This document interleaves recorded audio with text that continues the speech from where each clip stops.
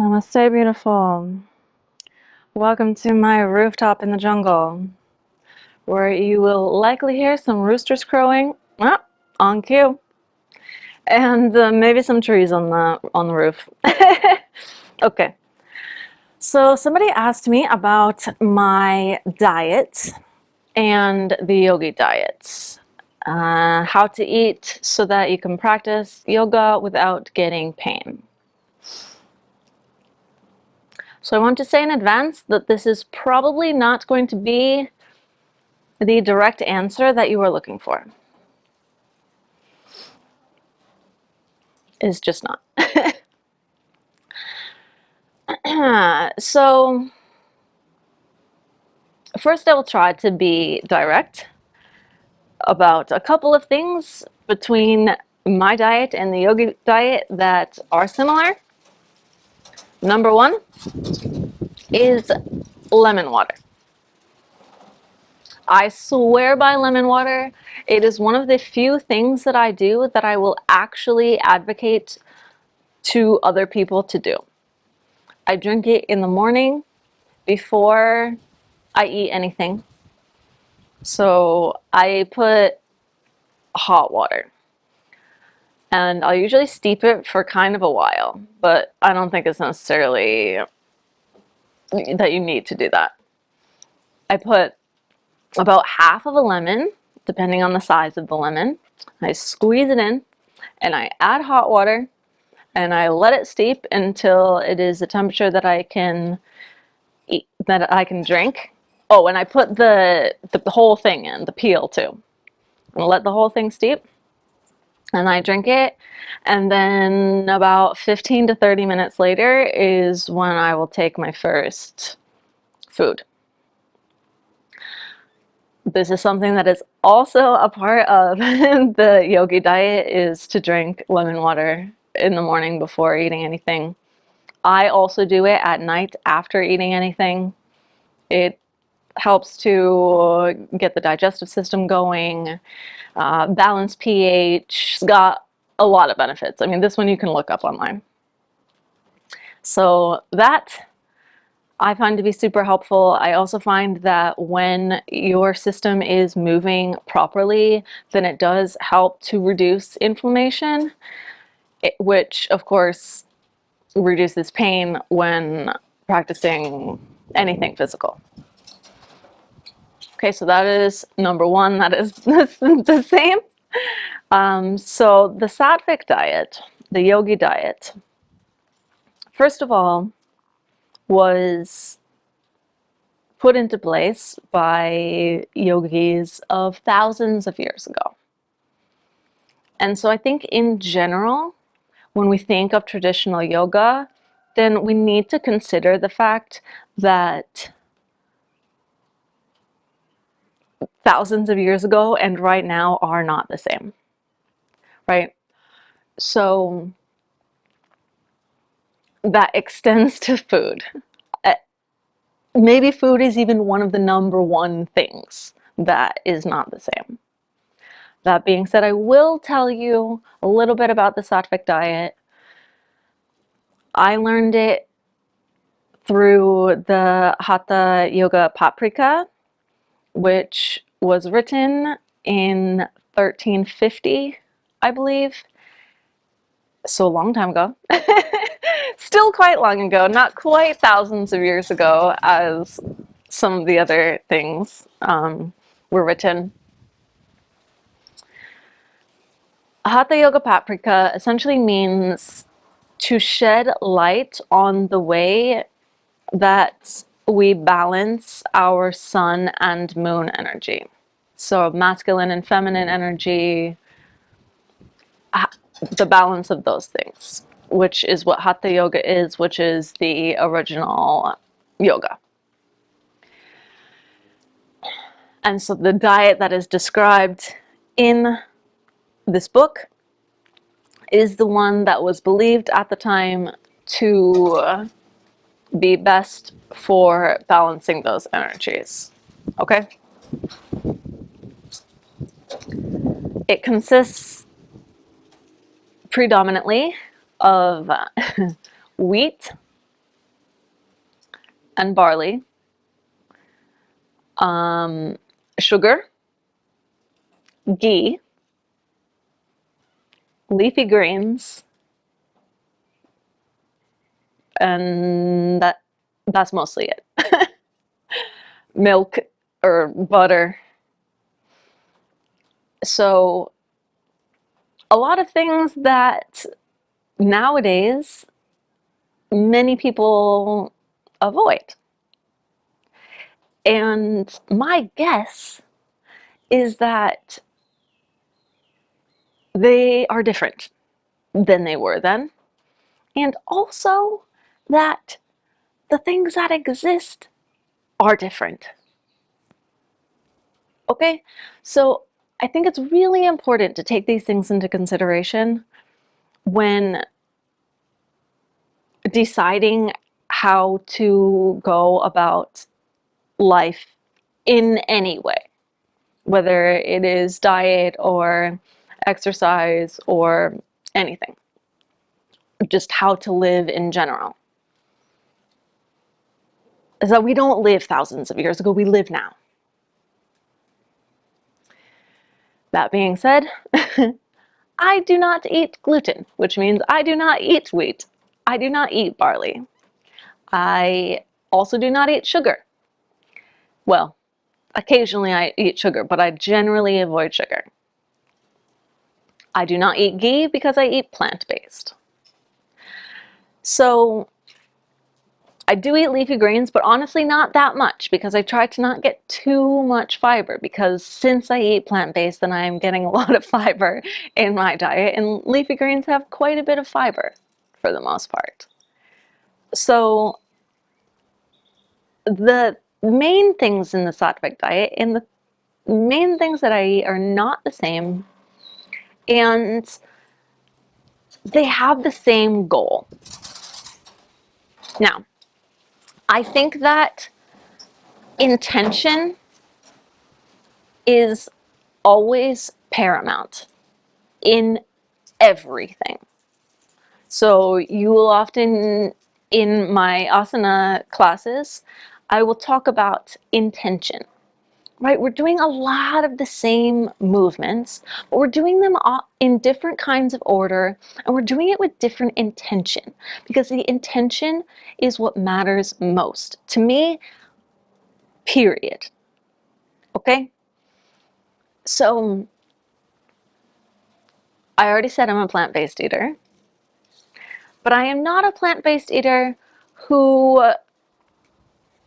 tries to push that on to everyone, because I don't think everyone needs to eat the same. I don't think everyone should eat the same.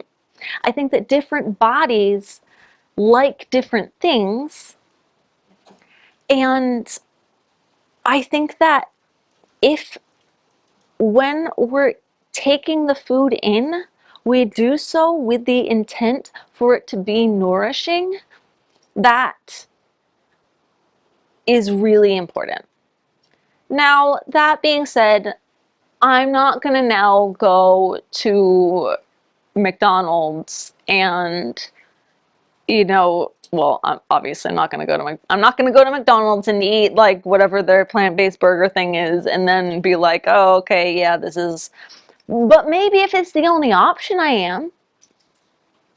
I've eaten Impossible Burgers when it's the only option, and when I do so, I think, okay, I'm choosing this because I want it to nourish me.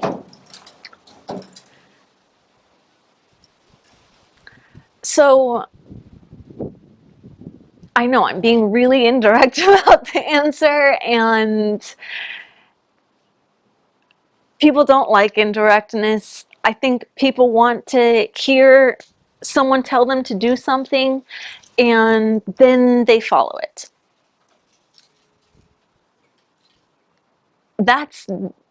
Don't come to me for that. Ever.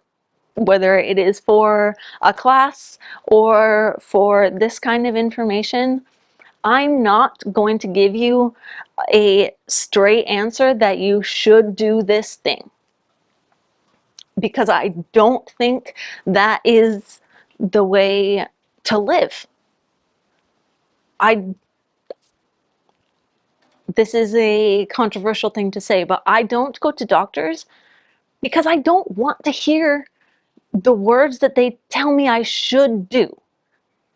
I don't research what should my diet be because I don't want something to tell me what I should do. That person is not me. That person who wrote that thing online, they're not me. They're not my body. And I'm not your body, right? Only your body knows what it wants. And guess what? It knows what it wants. And so what you do, and take this or leave it, what I do, that you can do if you want, is I play around and I see what works for my body, and I live nomadically.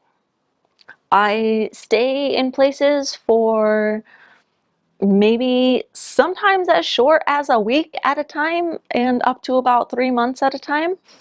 And as you might see, I'm in a completely different place than I was last week.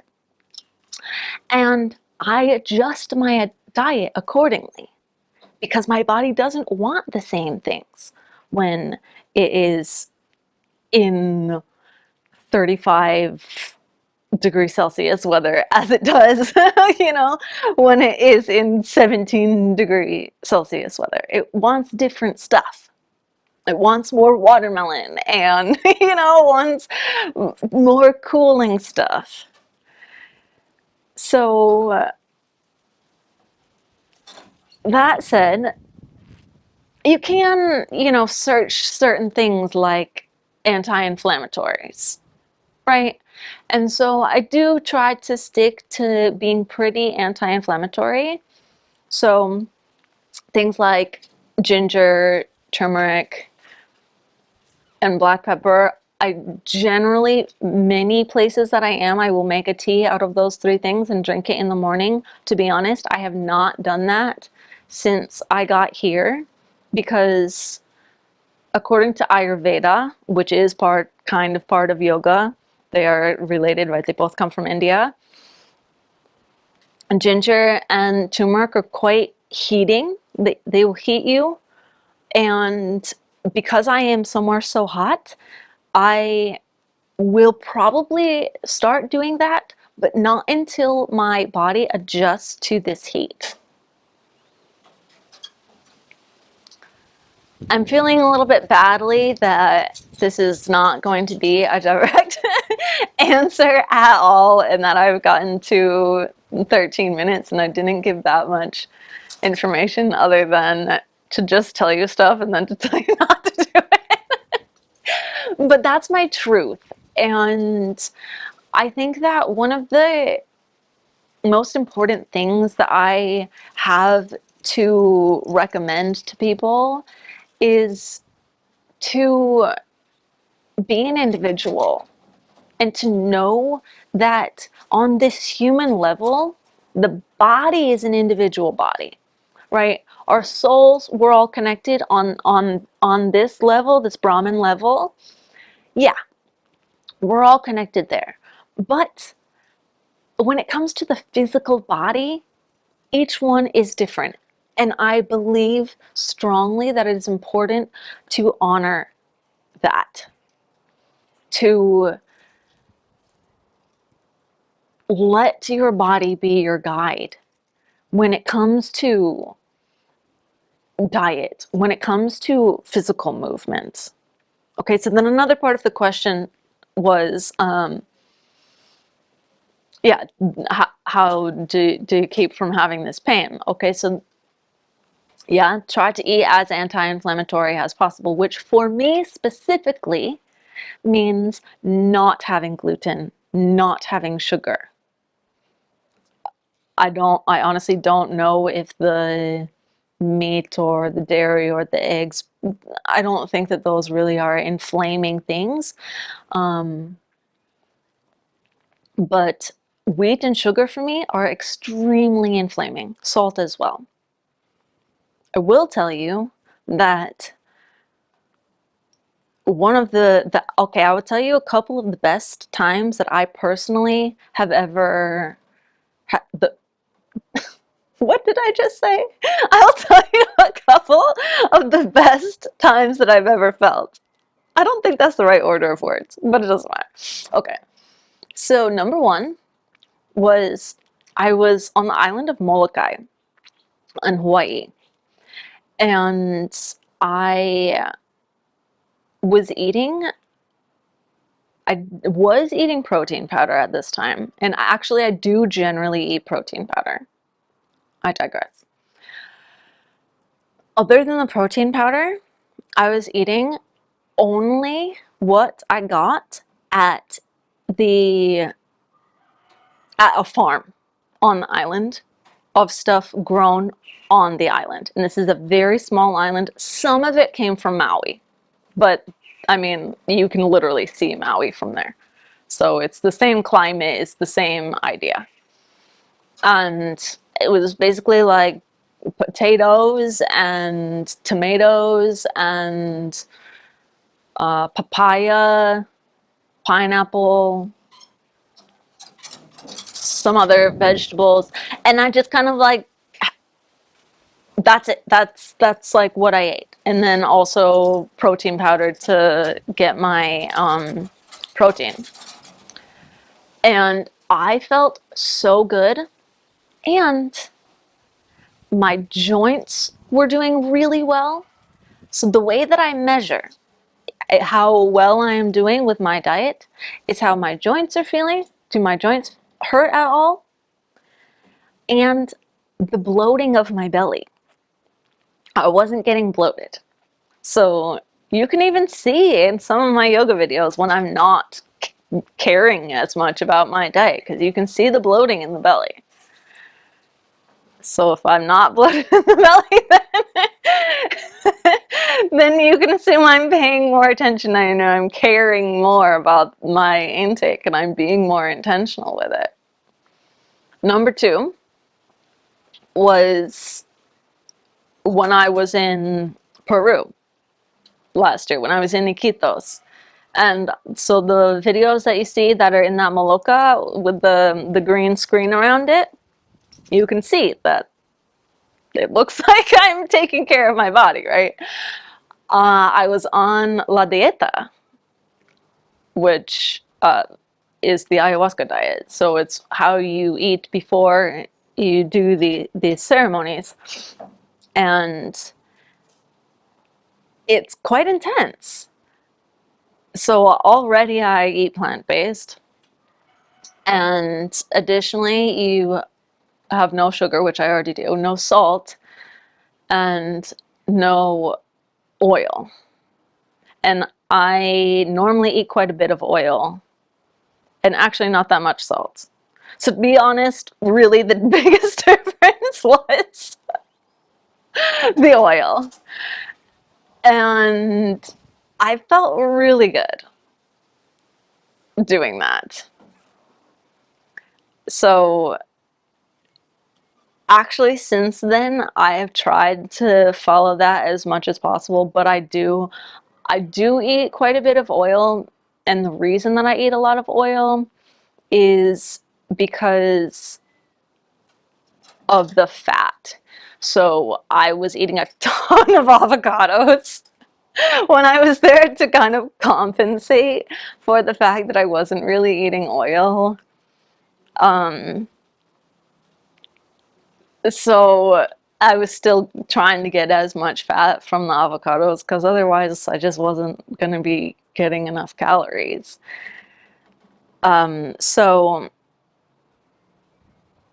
I mean, whatever, you don't need to watch the entire video. I get anxiety about talking for too long, because sometimes people don't like it, but also, I mean, you don't need to watch it. Like, no one's forcing you to watch it, just as no one's forcing you to eat in a certain way. So, whatever, if you want to keep listening to what I have to say, then you may. So, yeah, as a plant-based eater, then I've been eating plant-based for about 7.5 years, and I have played around with it a lot. A lot, a lot. I started eating plant-based about a month after I started caring about what I put into my body. So I had moved to LA,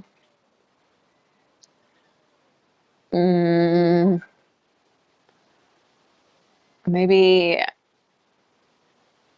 I guess, a couple of years before. And in the first couple of years that I lived in LA, I just like ate a this is embarrassing, but I ate a lot of In-N-Out and Jack in the Box. And you couldn't really tell in my body. I mean, yeah, it probably was a bit more inflamed in some ways, but I've always had pretty fast metabolism. I was running and stuff, and then I was having mental health issues, to be honest. And so I just kind of thought that if I was more conscious about my food intake, that it would help with my mental health. And so I first started trying to follow something I read online, like I looked up online. And so I was eating more just like grilled chicken. And so honestly, I don't like meat. I've never liked meat in my life, but I would disguise it, lots of sauces and things that made it not feel meaty to me. And so I started eating like grilled chicken, and I was making it one day and it grossed me out. I was like, I don't want to eat this. And I didn't eat it, and I have not eaten meat or eggs since then. I continued to eat cheese only when I was traveling for like about 2 months. And then I cut out everything. And it did help with my mental health. But again, that's me. And I don't know how much of it had to do with the fact that that was my intention. I think actually a lot. Um, I'm not gonna I'm not gonna start eating those things again and see if I can intend, because I don't want to. But yeah, seriously, the number one thing that I can say is to be intentional with you can bless your food if you want to. I sometimes bless my food, but I just know in my being that whatever I'm choosing to eat, I am choosing because I want it to be nourishing. I want it to be anti-inflammatory, and I want it to be making me feel elevated and to be good for my mental health. Now, I suppose that brings us to extra things in the diet. So, of course, the yogi diet would frown upon alcohol. Personally, I have gone for over a year before without drinking alcohol. I'm not a big alcohol drinker. I did start drinking alcohol more on occasion when I injured my ankle and I was going to nice hotels and going to the hotel bars and just for the purpose of interacting with people because I wasn't doing that otherwise. And since then, sometimes I drink alcohol. Do I recommend drinking alcohol? No. When I do it, I'm also intentional about it. I am just rambling and rambling.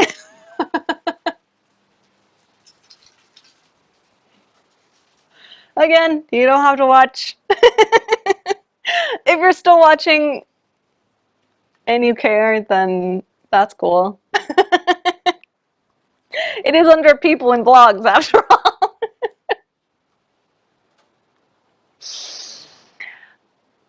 I drank alcohol the first day that I arrived here because I was at the beach with the I hung out with the person who was sitting next to me on the plane, actually. We both were flying solo, literally.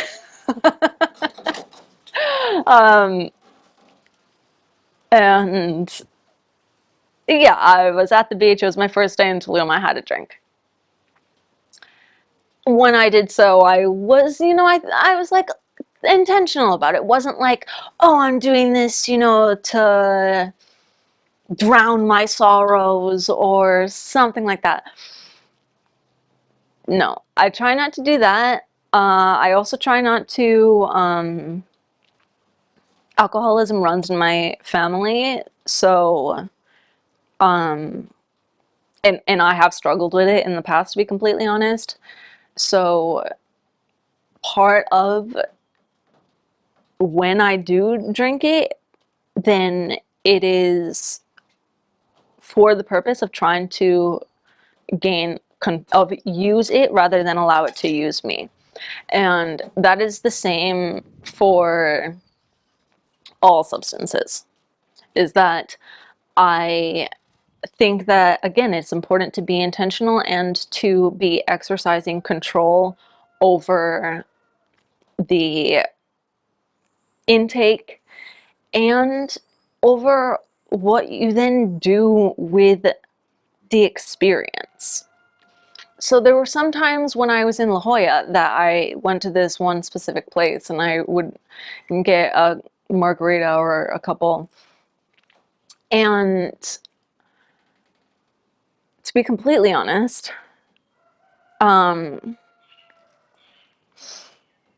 because I used to have a problem, I feel like I can share this because it's at the end of the video, which means not that many people are still listening.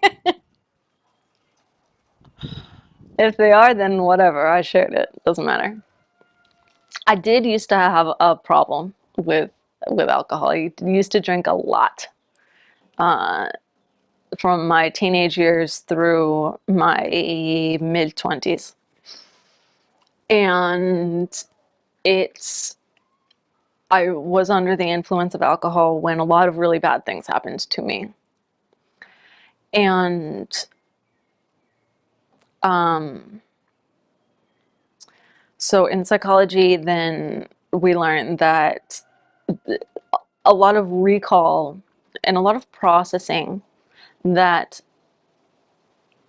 happens is easier when we are in the same mind state that we were at the time that those things happened. And so I sometimes use substances to process things that happened when I was under the influence of those substances. Again, being intentional about it. They also give me different kinds of ideas. So sometimes then I'll use those ideas and I will either write them down or I will act upon them or whatever. Never make any of these videos under the influence of substances, by the way. Yeah. So the take-home message now that I'm at 30 minutes is it's really, really, really be intentional about everything that you put into your body, including humans. Um, your body knows what it wants, and your body knows when you care about what you're giving it. I talked for so long, I filled my memory card. So as long as you care, and as long as you are treating your body with respect, then it should work for you. And if it doesn't, feel free to tell me I was wrong. And to ask further questions, further clarification. Um, and before anybody comments about the length of this, I would like to offer a friendly reminder that you didn't need to watch it. So it's very strange to me. I have all of my comments set to be held, because I know that people can be rude, because I do have another YouTube channel. And when again, I know I am rambling. I'm telling you, I know that. On that one video that I made, that I said this is a stream of consciousness, I said at the beginning, I don't know what I'm going to say. I'm just talking and saying whatever comes out.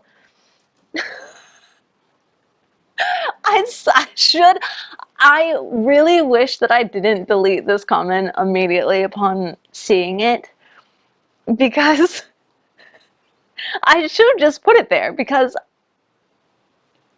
the person would have been so embarrassed if I directly answered them. And that's actually why I deleted it, because I was like, I don't want to embarrass them. They wrote something like she gets to the if you're looking for the conclusion, then she gets to it at 24 minutes or something.